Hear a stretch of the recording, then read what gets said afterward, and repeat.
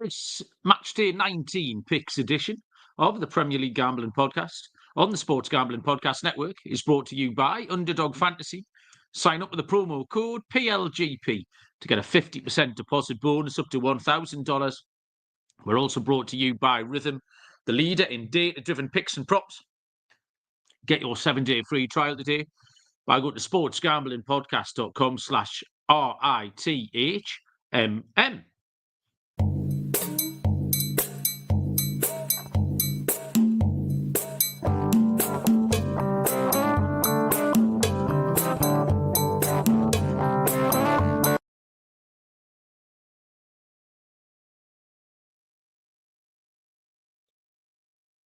Welcome, everybody, to the Premier League Gambling Podcast on the Sports Gambling Podcast Network. My name is Malcolm Bamford, coming to you from Newcastle upon Tyne in the northeast of England. Today is Saturday, December the 28th, and we are here to very briefly look around Matchday 18, which just finished, and get stuck into Matchday 19, which covers, what was it, Sunday and Monday, I think?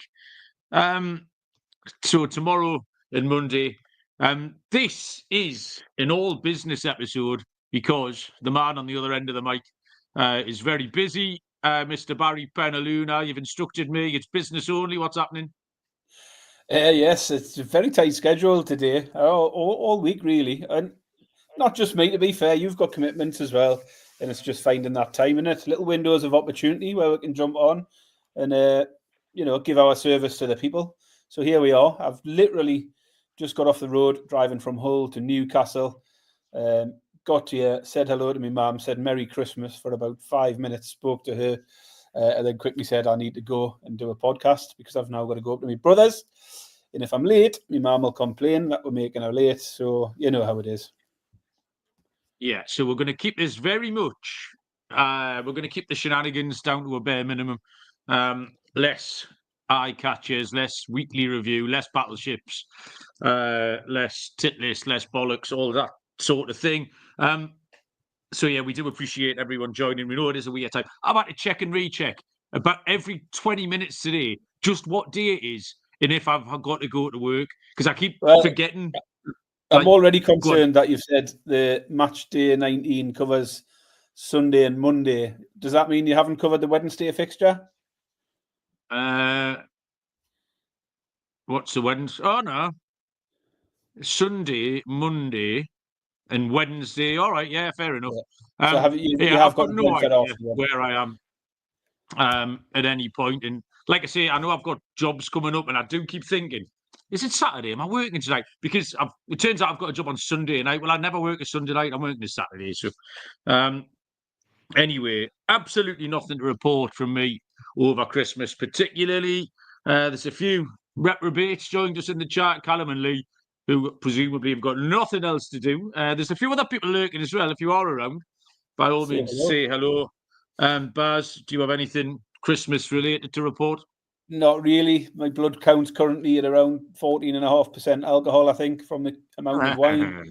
And as I got into Newcastle, my brother's messaged me arranging a wine night on Monday night. So more wine shall be consumed, but no, nothing exciting. As you said when I come on and I said Merry Christmas, you just said same old shite, isn't it?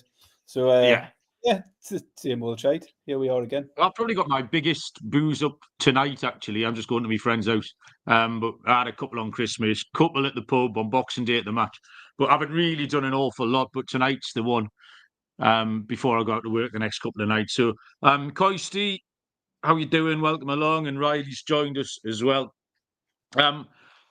I think, Baz, I had my best weekend or my best game day, match day of picks since we started the show. I went 6 out of 10, and I think I've had a 7 out of 10 before, but I don't think I've made as much profit as I did.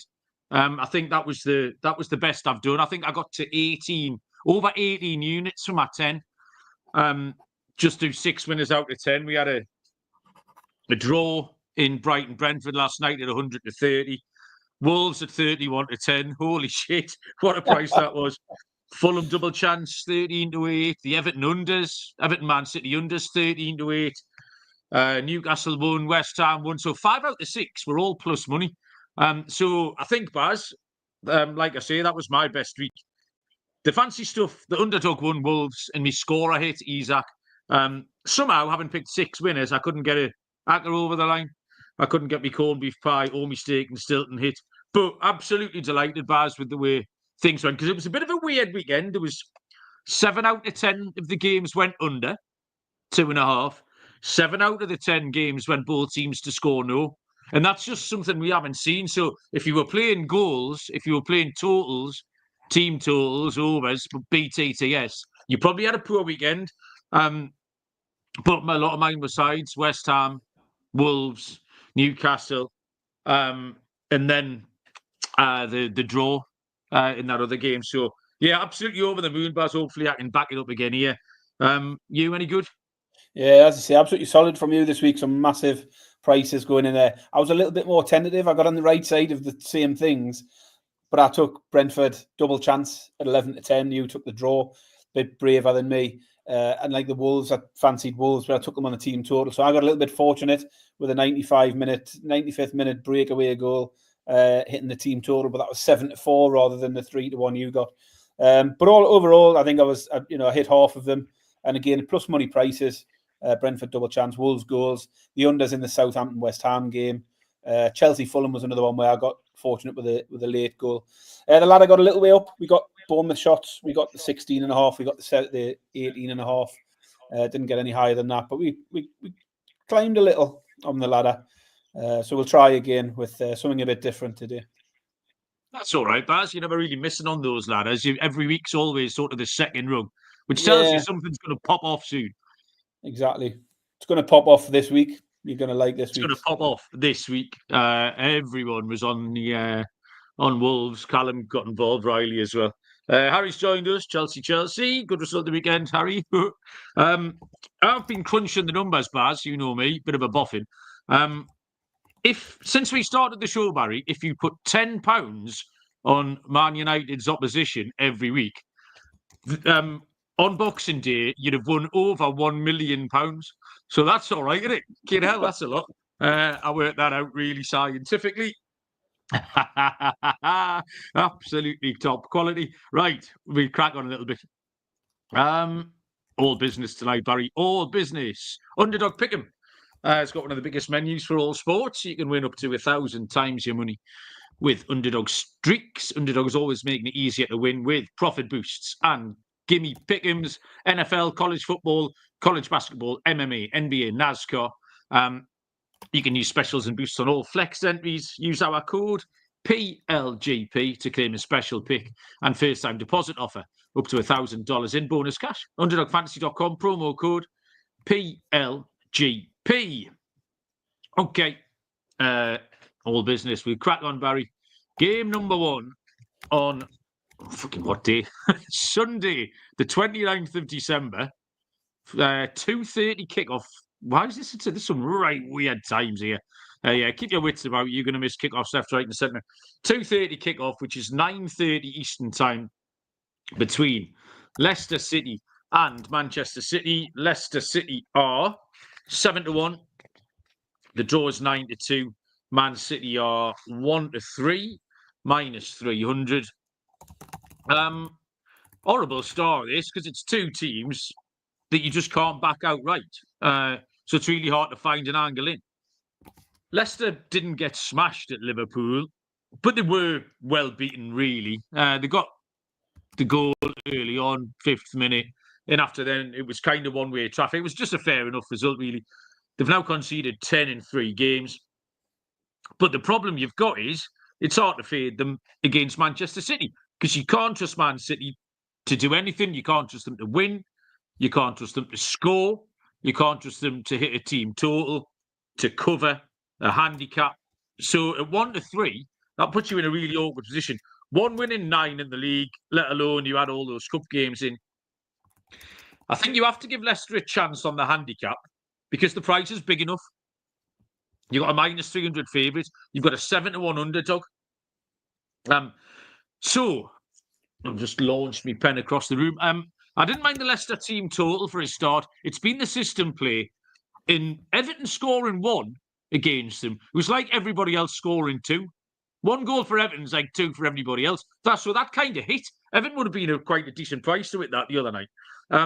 Leicester to score twice is 5-2 plus 250.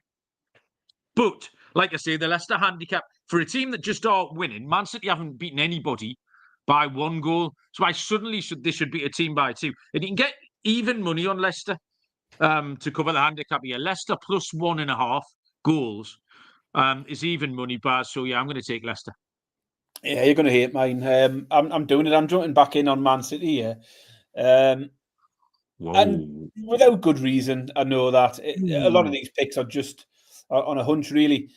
We still haven't seen anything to suggest backing Man City is a sensible move. But I've seen quite a bit of Leicester recently because Newcastle played them and then I've had a lot of time to watch a lot of football over the last few days. And watching Leicester tells me they aren't very good at keeping teams out. And Man City aren't scoring many goals. But Leicester have conceded 22 in the last 8 games. 5 of those 8 games have conceded 3 or more. Newcastle and Brentford both managed to put 4 past them. And I just think it might be a good game for City, potentially to get a few goals. Leicester might well get the 2 or 3 or whatever at the other end and hit your handicap. No bother. But I think City goals this week. I think Leicester are a team where City might get them. Because, listen, I know it's a crap bet. It really is. But I couldn't have taken the same thing against Everton because Everton can defend. Even though you think City, might get a result against Everton. Against Leicester, Leicester are shipping goals. So the pick is City to score 3 or more at 5-6. It is a game that would be low down the list, Baz. I agree with that. It's just really, really not attractive at all. Steve Gregory's joined us. Steve fancies Erling Haaland to score twice at plus 225. I wouldn't be putting that bet on. One little bit, Steve. Next up, 3 o'clock kickoffs. We have 1, 2, 3, 4 3 o'clock kickoffs, led off by Crystal Palace taking on Southampton, where Crystal Palace are 3-5, minus 166. The draw's 11-4 plus 275. Southampton 5-1, Baz. I mean, I come to this one wanting a piece of Palace. That was my initial thoughts. 8-13 is a prohibitive price, though. I do like Palace to win. They've only lost to Arsenal in the last 7 league games now, so that being the only slip up, they are in good form. Price is too short for a main pick, though. So I went in the goals market. I think unders is the way to go in this one. Southampton have tightened up in recent games. Just 1 goal in their 2 festive fixtures so far. They've had a 1-0 and a 0-0. And actually 6 of the last 9 Southampton games have gone under. They either go under or they lose 5-0 or 6-0 or something stupid like that. Palace are in good enough form, but not necessarily full of goals themselves. They've just saw a 0-0 against Bournemouth the other day. So I'm going to take the unders here. Palace v Southampton, under 2.5 goals at 11-10. Got the exact same pick, Baz. Same handicap, really. You just said 6 of Southampton's last 9 have gone under. 6 of Palace's 9 at home have gone under as well. So very similar stat there. Both coming off a 0-0 at the weekend. So it just seemed to me like a good place to start. Once I started there, I didn't really need to get away. A lot of things fitted into it. It was plus money. And I didn't see any reason to come away from it. 10 of their 18 for Southampton have gone under. And we did see a little bit of the new manager, Jurich's influence at the weekend. They were less stupid. And looks like they're going to attempt to defend a little bit. And they're only scoring 0.44 goals per game away from home. So under 2.5 at 11-10 plus 110. What are we talking about here? Callum's trying to fish me. We will get to that when we talk about Newcastle or Villa in a little bit. Coisty's got 28-1 on Cole Palmer, top scorer. Isak's creeping up on Haaland, but Palmer's still sniffing around. I loved Palmer's goal at the weekend, by the way. It was such a good finish. Really enjoyed that. 3 o'clock kickoff is Everton taking on Nottingham Forest. Everton 8-5 plus 160. The draw is 11-5 plus 220. Forest 9-5 plus 180. So Everton got that draw at Manchester City, which on the face of it's a good point, but it's actually really hard to assess. Just because City is so entirely broken. 3 draws in a row now for Everton, all under 2.5 goals. They had the back-to-back 0-0s, then the 1-1 at City. Forest are flying. 4 wins in a row now. They got the win over Tottenham. That was my one bad pick last week. We're going to get to Tottenham in a minute. I've got an official statement to release on Tottenham Hotspur when we get to that game. 4 wins in a row for Forest, all against teams above Everton in the league. And against teams in the bottom half, Forest have won 8 and drawn 1. You can't really argue with that, Baz. I think you have to back Forest as underdogs here. This is 15th versus 4th. A team who can't score or win. It's a team who've beaten better teams than Everton. I understand that this sometimes is Everton's DNA, the old home win, the low-scoring game. But Forest have just beaten better teams, and it's the price as well. If Forest here were 11-10, I might try and factor in, but they're not. They're nearly 2-1. It's a madness. Yeah, I'll take Forest, Baz. Yeah, I mean, if any game had under 2.5 goals written on it, it was this one. Unfortunately, short, isn't it? First place, I looked 4-6 for the unders in this one, so it is a little bit short. Everton will be delighted. 3 straight draws there against Arsenal, Man City, Chelsea. Only 2 goals combined in those 3 games. They had a 1-1 and 2 0-0. So low scoring all over the place. 3 straight draws, and 6 of the last 9 have finished in a draw for Everton as well. Forest have just won 4 in a row and not drawn a game since October. However, I said the other week, I want to keep Everton's defence in mind at the moment. I'm not as confident as you in taking Forest here. I think it looks a tight game. I like the unders at 4-6. And if it ends up unders, if it's under 3 goals, there's a great chance the draw is right in play, a 0-0 or a 1-1. So for me, I'm going to take the draw at 11-5. I just think in these tight Everton games, which we're seeing every week at the moment, the draw is live every week, and you're getting it more than 1 every 3 games. So the price of 11-5 looks a bit of value. So Everton Forest to draw at 11-5. Okay, next up, another 3 o'clock kickoff is Fulham against Bournemouth. Fulham are been backed in a little bit, actually. They were 11-8 plus 137 earlier today. They're now 13-10 plus 130. The draw is 5-2 plus 250. Bournemouth have slid out from 15-8 plus 187 to 2-1. I think we've all slid out at Christmas from time to time, Barry. Fulham v Bournemouth. My first question to you, Barry, is who is favourite to score the first goal in this Fulham v Bournemouth game on Bet365 at 11-2? I have no idea. It's going to be someone who's not going to be playing by any chance. It is, Barry. It's fucking Beckett Goddo, isn't it? Come on. Fill your boots. We'll all get on this week. Beckett Goddo first goal. No one knows who he is, but he's in there as fave again. 11-2, Baz. Fulham Bournemouth, who you got? Yeah, it's an intriguing one, this one, with both teams in really good form coming into it. 6 unbeaten in 6 in a row, both sides. Bournemouth 4 wins and 2 draws, and Fulham 4 draws and 2 wins. But Fulham haven't faced the top 3 in the league in that run as well. They've played Liverpool, Arsenal and Chelsea. So probably in slightly stronger form than Bournemouth based on that. I found it really hard to come down on a side with 2 teams that are in good form. So I like the goals. I think Bournemouth have kept back-to-back clean sheets recently. However, Fulham have failed to score just once in the last 17 in the league. 6 of the last 7 Fulham games have seen both teams to score. And Bournemouth away from home recently has seen loads of goals. 6 of the last 7 have gone over 2.5 away from home for Bournemouth. So I'm going to go take the over 2.5 and both teams to score here. I fancy this to be a decent game. So Fulham Bournemouth over 2.5 and both teams to score at 4-5. Famous win for Fulham at the weekend. They hadn't won at Chelsea since Pussy was a kitten. And yeah, deserved it. I took Fulham on the double chance. Was happy with that. Fulham now up to 8th and playing well.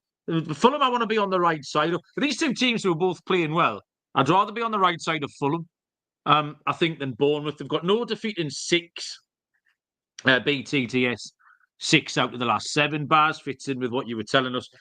Bournemouth are in 6th after the 0-0 against Palace. 4 wins and 2 draws from the last 6. They had no patterns, particularly in the BTTS or the over-under markets. This, for me, Baz, was a gut feel. I just preferred Fulham to Bournemouth, and I can't really tell you why.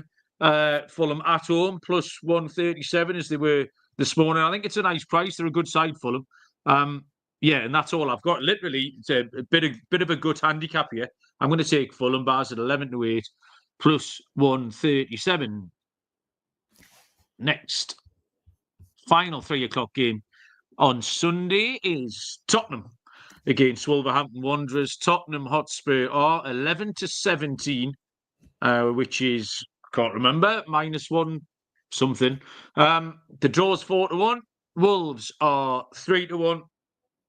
I have hereby placed Tottenham back on the no bet list, Barry. my 2-week confidence that they would win as many coin tosses as they lost. I don't know what I was talking about. They're fucking stupid. If they just throw in a 1-0 defeat and it's all back out the window. So back on the no bet list for Tottenham. I'll retract my remarks. They got a 6-3, a 5-0, and a 4-3, bookended by 2 1-0 defeats. So what you're going to do with it, like, it's literally impossible. And I'm not picking them at this price at all. Nowhere near interested in booking them at this price. It's hard to know what to make of Wolves, though, because they have had the new manager bounce, but they had it gifted to them by Leicester, and then they played one of the worst 2 teams in the league in Man United, who also had 10 men. So the new manager, so the 6 points are great. How much of it was the new manager? How much of it was handed to them on a plate? Like, the problem they've got is Cunha now has got his 5-game ban for nicking that bloke's Gregory Peck's, which is a little bit harsh. So that is a big problem for Wolves because he is clearly far and away their best. Been announced now, has it? Has he? Yeah. Saw it last night. Yeah, he got 5 games. They need to get him on the fantasy they team. The manager the other day, if what was going on, and he just said we haven't heard back. Like the FA had Christmas off, like they were getting the out of office reply from the FA. Well, someone obviously got in touch with him yesterday, and he got 5 games for it. And that's it. That is a big issue. We talk about sometimes Palace missing Eze and stuff like that. And that's got to take a large chunk out what Wolves are capable of here.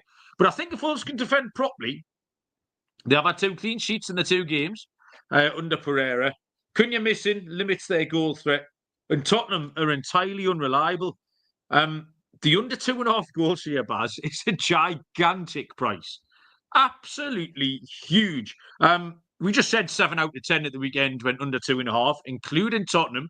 See, we've got those 2 1-0s in there in the last 5 games. It's 12-5 plus 240 for under 2.5 goals.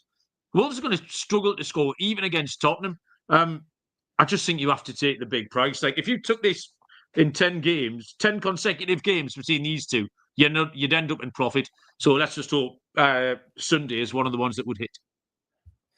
Yeah, I mean, you've pissed on my chips a little bit there with that Cunha news, because I assumed the fact he played yesterday, I assumed he was probably still going to be okay for this one and possibly not get his ban until the new year.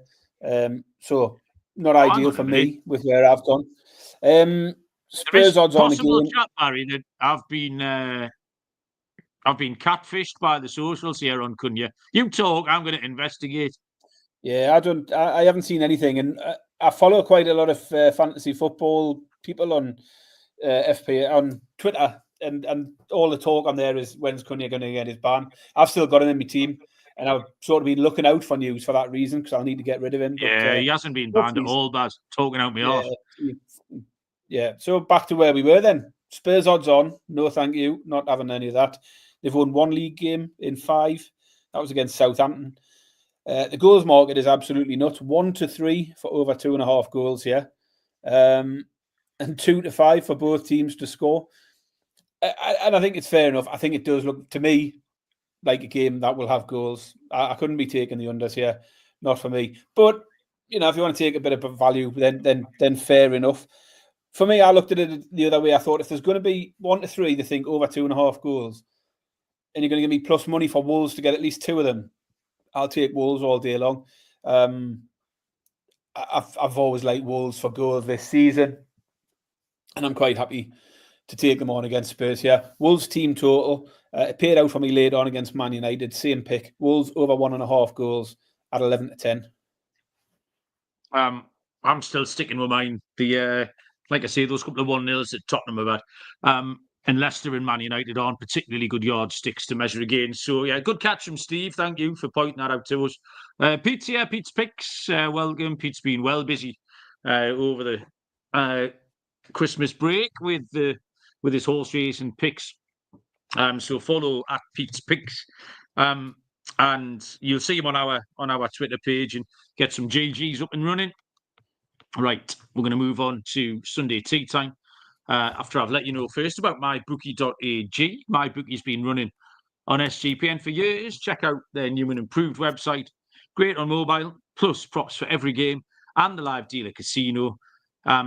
New early cash out options. Head to mybookie.ag with a promo code SGPN for a 100% deposit match up to $1,000 plus a $10 casino chip. That's mybookie.ag promo code SGPN. And finally, Rhythm, our proud partner here. Rhythm is the #1 AI-powered sports betting platform that helps provide bettors of all levels the ability to build custom predictive betting models in seconds and get predictions for betting on money lines, spreads, totals, and props. Build your own model, copy one of the top performing models from the leaderboard, or have Rhythm build a model for you. NFL picks, NFL props, college football, basketball, NBA. Rhythm's got it all. Claim a 7-day free trial by going to sportsgamblingpodcast.com/rhythm. That's sportsgamblingpodcast.com/RITHMM. Okay. Next game is tea time on Sunday. Sunday tomorrow, isn't it? Yeah. Right, that's good. I'm going to go to work tomorrow. Have I? Monday. This is no one else's business except mine. 5:15 on what's possibly tomorrow. West Ham against Liverpool. West Ham United are 13-2 plus 650. The draw 15-4 plus 375. And Liverpool are 2-5 minus 250. Barry, I think this is you. Yeah, quite a short one here. I actually came to this one thinking I might have a look at West Ham and whether they can possibly keep it tight. They've not lost in 4 in a row now. Starting to look a little bit better and certainly defensively looking a bit better. But I just couldn't get there. I couldn't really take West Ham with any great confidence, even with a +1.5 handicap, because you just never know what Liverpool will put up. Haven't seen them put 6 past Spurs last week. And despite not playing great, I don't think they played very well last night. I couldn't really see much of it. It was like watching through like Pea Soup or something like that. That fog was ridiculous. There was points of that game where I'd nearly turned it off because I couldn't see a thing. The Liverpool game? Yeah, no. Liverpool-Leicester. It didn't bother me at all, but... No, you couldn't see out for fog. It was ridiculous. I think it finished 3-1. But anyway, I didn't want to take Liverpool on in the end. So I've got a really boring pick here. I've gone for a bloke to score a goal. He's all right. He scored a few. Mohamed Salah, 10-11 to score a goal. I mean, he's been on a score sheet in 7 of the last 9 games. He's involved in everything they do. So I couldn't make a standard pick. So I'm just chucking out Salah as a goal scorer at 10-11. Simple. You've got a couple of spare hours in the next few days, Baz. You need to troll back through your messenger till about 2012, where I messaged you that Mohamed Salah is complete shit.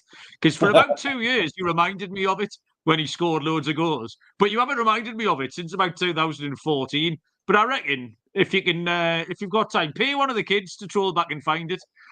Because I did tell you, I'll tell you this. There's a search button. I mean, you wouldn't know. You're not very technically minded. No, there's a search button on Messenger. So I will look for it. I would have to cross-reference it with my paper records. But yeah, for a couple of years, you gave it to me quite a bit every time you scored a hat-trick. But I haven't heard that for a while. I think we know what West Ham are. I'm quite happy with how to handicap West Ham. And it's absolutely fine. They've got some good players. They play quite well from time to time. 1-6, drawn 5, lost 7. That sums West Ham up. Win 1, lose 1, draw 1. Absolutely fine with that. But they are suffering against the top teams. They lost by 3 goals to the other 3 top 4 teams that they played. 5-2, 3-0 and 3-0. So they haven't got in the same postcode as the top 4 team when they've played them. Liverpool are very good, it turns out, Baz. A routine win against Leicester. I do think West Ham can give them a game here. But that kind of suits my pick, because when a team gives Liverpool a game, Liverpool just go up a gear and score a few more goals. Liverpool scored 3 at Newcastle because we dared to get involved in a game with them. They scored 6 at Tottenham when Tottenham wanted to get involved as well, rather than just lying down. So over 2.5 Liverpool goals is even money. And I think that's just about the standard line for Liverpool. The only issue I've got is there might be some little, with it being a busy period, there might be some changes. They might drop off a little bit late. But I'm factoring West Ham to keep them honest. I think West Ham can keep pushing them, and that'll get Liverpool to 3 goals. So over 2.5 Liverpool goals was my best angle at even money. Liverpool win with both teams to score is Harry's pick there. And Steve likes the goals. West Ham missing Kilman, Soucek and Soler. So Mohamed Kudus might have to have a game in midfield, apparently, which fits our narrative as well. So, yeah, like that, Steve. Where we go next? We go to Monday. 3 evening games on Monday, the 30th. 7:45 kickoff between Aston Villa and Brighton. Aston Villa are 19-20, -105. The draw 14-5, +280. Brighton and Hove Albion are 13-5, +260. Aston Villa were on the receiving end of their annual spanking at Newcastle. John Duran is now suspended. Doesn't make a massive difference. They've got Ollie Watkins to come back in. But Villa have been good at home. They've won 5 of their 9 games at home. They've had 6 defeats this season, Villa. And 5 of those 6 are against the current top 5. So you can we just talked about knowing what West Ham are. I kind of feel like I know what Villa are as well. They're almost best of the rest. And I've got no issue with that at all. Brighton are sitting in 10th now. And that's about right, I think, for them. They're in a bit of a funk at the minute. 2 defeats and 4 draws in the last 6. And they've had quite an easy run of fixtures. I think we pointed them out last time. The kind of teams that they failed to beat over that little run. This just fits my eye, Baz. Home team, near even money, the better team. Give me Aston Villa at 19-20, -105. They did play a long time with 10 men the other day, but they didn't really kill themselves trying. It's not like they were grafting the entire time. They just kind of sat and gave up after a while. So I don't think that's going to be a massive problem. I think Villa are better than Brighton, and it's a nice price. They're good at home. Give me Villa. Exactly the same. Keep it nice and short, because no reason not to, really. Villa had been in good form prior to the Newcastle defeat, and I just still can't have Brighton at the moment. Started fading them at the right time. No win in 6 now, and I'm happy to keep fading them because of that. Villa are an all right price. Kept it very simple, 19-20. Villa to beat Brighton. The Enciso shots ladder. I listened to the first half of that game in the bath last night, and I don't know how many shots he had, but he just seemed to be having a shot every time. Every time my ear picked something up, so he was definitely getting the shots off last night. Callum mentioned earlier on the John Duran red card. We'll mention it briefly, Baz. Firstly, it's a Stonewall red card. That's without question. I don't know what Villa fans are pissing their knickers about. But the one thing I wanted to mention, Baz, and this winds me up, there's a genre of complaint, a genre of argument, of opinion, and it's anybody who's played football, ... So 50% on Twitter this week is anybody who's played football knows that's not a red card. And the other 50% is anybody who plays football knows that's a blatant red card. And I don't think that's got to do anything with it. Like, they talk, you have to, if you've played football at the highest level, how many people who watch football, comment on football, talk about football, have played at the highest level, percentage-wise, 0.000, and none of us are allowed an opinion because some bloke played Northern Premier League and tells you that wouldn't have happened. It's absolutely bollocks. You don't get that in any other walk of life, do you? Like, anyone who's ever cooked a bacon sandwich will tell you that that's not a 4-star Michelin meal or whatever. It's absolute bollocks. It's stupid, Barry. And I've just seen a 50-50 split. I've enjoyed the Villa fans meltdown. But it was a red card, Baz. Stonewall red card. Callum, you're wrong. If anyone argues, there's a possible 3-episode ban coming. I might just ban anyone for 3 episodes who wants to argue. Baz, what did you think? Don't you tell me it wasn't. I thought it was a red card. I thought he knew what he was doing. Yes, It was just stupid, and he has got it in him. But yeah, I've seen a lot of people trying to defend it by saying, well, even Alan Shearer says it was harsh. So how can you say it doesn't matter? Because you could equally find 10 professional footballers on telly or radio who said it was a red card. You just can't just pick the ones that you want to listen to and say, well, he said it, so it must be right. Like, no, I'm not having it. It was red. It was stupid. He's an idiot. Never mind. Yeah. And, like, the no context, he'd lost his rag. I didn't notice at the time. Tiger told me this. He'd lost his rag early on with Fabian Schär. There was a free kick. He'd lost his rag. He was chirping on. There was pushing and shoving. It was coming. He was looking around to get himself in a bit of bother. Like, he started coming out earlier because he wasn't allowed to take a free kick. He had a paddy about that as well, didn't he? He wanted the free kick, and he was looking over at the bench as if to say, "Can I take it?" And obviously told him no. And he was angry from that point on. You could tell he was going to do something stupid. The João Pedro one's getting a mention in the chat. I know we're all business tonight. We're not supposed to be talking about stuff. But that's a red card as well, isn't it? It is, yeah, absolutely. You don't have to contact him. Like, if you swing a punch at someone and you miss, that's still violent conduct, isn't it? Like, plain and simple. I thought the offences were, Chloe will be able to sort this out. I was like, striking or attempting to strike an opponent. Exactly. They're all worded like that: kicking or attempting to kick an opponent, tripping or attempting to trip. Like, it was just mad. I didn't see a good angle with the perception of depth to tell me how close away, how near he was to taking his head off, whether he was 5 inches or 5 yards. Like, but yeah, I've only seen it once or twice, but he can get off as well. So anyway, that's the end of that. 7:45 on Monday is Ipswich Town against Chelsea. Ipswich 13-2 plus 650. The draw 15-4 plus 375. Chelsea are 2-5. Barry minus 250.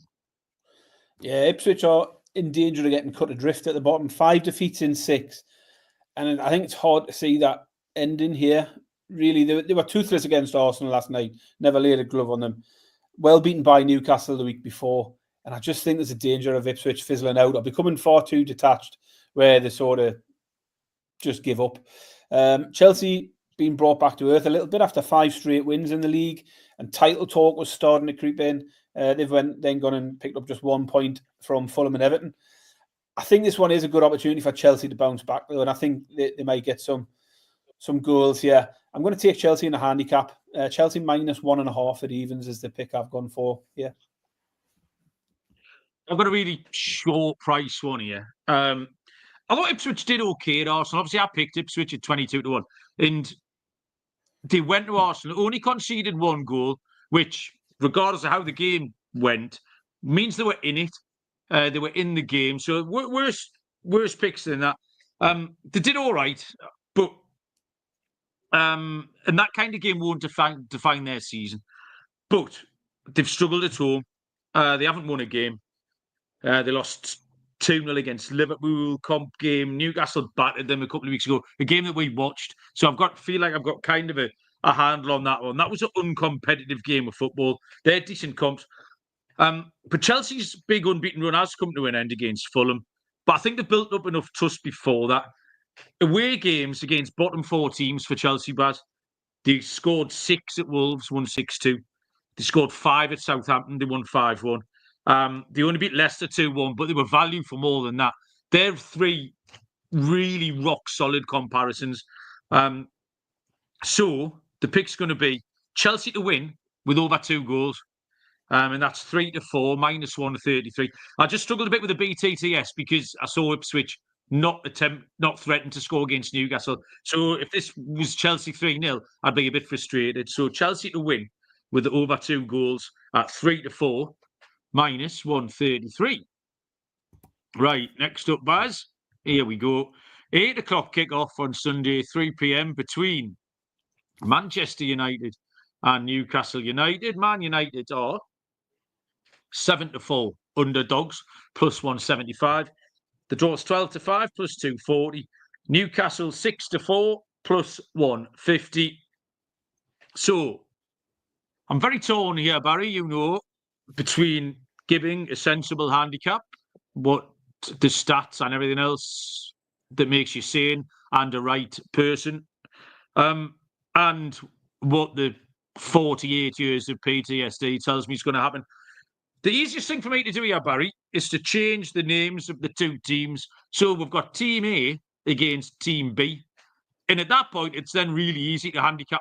All I had to do, this took me a long time to work out. Once I took the names out, it's an absolute piece of piss to handicap. Team A, Barry, are absolute shite. We've had a 5-word handicap on Team A in the last 2 games, and we've landed 3-1 winners in both of them. So we're 6 units up in under 10 words over the last 10 days, taking on Team A.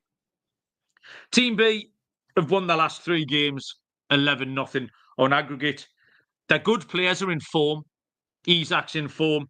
The little system with Tonali and Bruno's working really well. The clean sheets are back. The shithousery's back. Jason Tyndall's warm jumper's back. The balance is spot on. Team A are missing one of their most important players, the mackerel-filled Bruno Fernandes, who was suspended. You can only pick Team B. Barry, 6-4 is huge. So I'm going to pick Team B at 6-4 plus 150. Yeah, I agree. You can't have anything but Newcastle here, rightly or wrongly, and for whatever reasons you get there. The form of the two sides can only lead to one conclusion. It doesn't guarantee a winner. We know that. We know football can throw up stupid things, and Man United could go and do something stupid against what everyone is expecting to happen. But Newcastle, I've got it 8-5. I think it's a great price. But I prefer the team total. Newcastle to score 2 or more is even money. They've done it in 6 consecutive games now, scored 2 goals. And they've scored 3 or more in 5 of the last 6. So my pick will be Newcastle team total, over 1.5 goals at evens. Yeah, I'll be delighted to be at work when that game's going on, and I'll check the odd notification, and hopefully Team B can get us the win. Right, so there's one game on Wednesday, January the 1st. It is a tea time kick-off, 5:30, 12:30 Eastern time between Brentford and Arsenal. Brentford are 5-1 underdogs. The draw is 72 plus 350, and Arsenal are 1-2 minus 200. Yeah, Arsenal stretched the unbeaten run to 11 in all competitions now, in a fairly underwhelming game, I thought, against Ipswich. Wasn't one of the highlights of the last few days for sure. We know now Saka's going to be missing for a while, which will be a big blow for Arsenal. They're lacking a decent scorer anyway, so taking Saka out and all of his flair and creativity is definitely an issue. And I think there could be some rocky times for Arsenal ahead with Saka missing. We saw it when Odegaard went out for a while. Odegaard's really important as well. And the squad doesn't quite have the depth to handle injuries to those big key players at Arsenal. Whether, there's a slip up here or not, I don't know. But I think, as I say, I think it's a bigger blow than probably people might realise just yet. We'll see. Brentford, though, they've won only 1 of their last 5. They've went off the boil a little bit lately. Back at home, where they aren't unbeaten anymore. They'd lose to Forest last time. But I've decided to go for the unders here, because I don't really trust either of these sides to get many goals at the moment. Brentford, as I say, have stopped scoring as they were previously, and Arsenal aren't getting many goals. Under 2.5, 11-8 is my pick here. Brentford v Arsenal, under 2.5 goals at 11-8. Yes, Barry, that's exactly where I am as well. Brentford 0-0. I mean, Brighton a little bit shit. The fixtures and results are starting to level out a bit, I think, for Brentford. And remember, it's not a home-away split. It's a top versus bottom split. They have lost against 6 of the top 8 and only scored once in the last 3 games. But Arsenal haven't been great either against the mid-table teams particularly. I looked at the games from Manchester City was a draw, Fulham was a draw, Brighton was a draw. All games that are in that middle portion. And I worked this out with my own mind, Barry. From Newcastle in 5th down to Everton in 15th, they played 10 games in that little glob. 8 of them have gone under 2.5 goals. That's a solid pointer. Brentford are right in there. This fits. I think Arsenal can keep them at arm's length. They did it last night, 1-0. 1-0 to the Arsenal's a thing. Might be 2-0, but I think Brentford just went out to puff a little bit. Arsenal could just strangle this. A little bit negative. Under 2.5. It's a really nice price again. Like, there's loads of unders. We're going to come to them when I get to my actors, but loads of unders here. Bear in mind, we've just seen a 7 out of 10 weekend. Prices at plus 137, plus 240, stuff like that. I'm going to take another one here. Barry, 10 games in the hutch. We've saved about 10 minutes of your life here. Accumulators and stuff. My 2 actors are really, really short. I feel I'm a bit embarrassed about putting this one out, actually. This accumulator is shorter than a lot of my actual picks. It's a treble, Barry. It's Liverpool, Arsenal and Chelsea. Pays 2-1. I'm not going to win any awards for that, but I might win 2 times my stake. So 2-1 for Liverpool, Arsenal and Chelsea on the money line. And talking about the under 2.5s, I've got an under 2.5 treble for my stake in Stilton. Crystal Palace, Tottenham and Brentford. So that's Palace v Southampton, Tottenham Wolves and Brentford Arsenal. All of those 3 to go into 2.5. It's only 17-1, so again, a little bit skinny. But we've just seen a lot. I locked up Chelsea to win with the over 2 goals at 3-4. And my underdog has to be Forest at 9-5, plus 180, Barry. And I've done 4. I might as well do my last one. Anytime goal scorer is Ollie Watkins. Guaranteed to start, rested. 4-1 first and last. 5-4, plus 125 ATG. Ollie Watkins, Baz? Yeah, not bad. Don't mind Watkins. My accumulator, I didn't have an accumulator, a small one, actually. I forgot to pick one. So I will co-sign yours because that's a winner anyway. Take a 2-1. It is good 2-1 winner. My stake in Stilton is 3 draws. Everton v Forest, Palace v Bournemouth, and Spurs v Wolves, 60-1 for 3 draws in those 3 games. My lock's going to be Newcastle team total, over 1.5 goals. The underdogs, not a lot I liked in terms of underdogs, so I've taken the Everton Forest draw as my underdog pick. I'll let you go that way the other week, so I'll stick that out instead of an underdog. We'll take the draw. Dog, Baz? Then scorer. Well, I'm going back to the Newcastle game. I put Newcastle as my lock. I've taken Newcastle is going to come up in a second as my ladder. You're gonna love me putting a ladder out. We could look very. You learned nothing in your time on this earth. You learned nothing. You're getting a 3-match ban. This goes tits up. Quite potentially. Anyway, goal scorer. I'm going to give you 2. I'm going to give you Harvey Bonds, Jacob Murphy, 4-1 anytime, 12-1 for first scorer, and Bruno Guimaraes. He's due one, and he's getting into the box a little bit now and then. I'm going to take Bruno Guimaraes 7-1 for a goal against this lot. So Guimaraes 7-1 and 20-1 first and last. And my ladder is a 2 goals ladder. Malcolm, get up the ladder. We've got 2 goals, over 1.5 at evens, over 2.5, 7-2. As I say, we've just done it in 5 of 6, the last 6, against better teams than Man United. Everyone we've played recently is better than Man United. Everyone is better than Man United. Over 3.5 goals is 10-1 as well. And you might as well push it out for the old famous 5-0 Newcastle. 25-1 Newcastle to score over 4.5 goals. Nobody's going to like my ladder this week. Take it with a pinch of salt, but Newcastle are getting goals. The gambling gods have just called an emergency meeting, Baz. I can hear them up in the clouds. I can hear them pulling their chairs around the table to discuss what to do about the mush, the massive mega mush. Over 10.5 goals. Is that for Newcastle, Harry? Yeah. Get up the ladder. Well, Barry, you've absolutely ruined New Year for everybody there. Congratulations. Right, is there anything else you want to tell the people before you go and appease your mother? Not at all. I told my mum I'd be ready to drive her to where she needs to be at about 10 minutes ago, so she'll be having a meltdown through there. So right, okay. Well, see, Happy New Year. Just tell her it was. She likes me, but she's a big fan. Tell her it was my fault. Right, thanks, mate.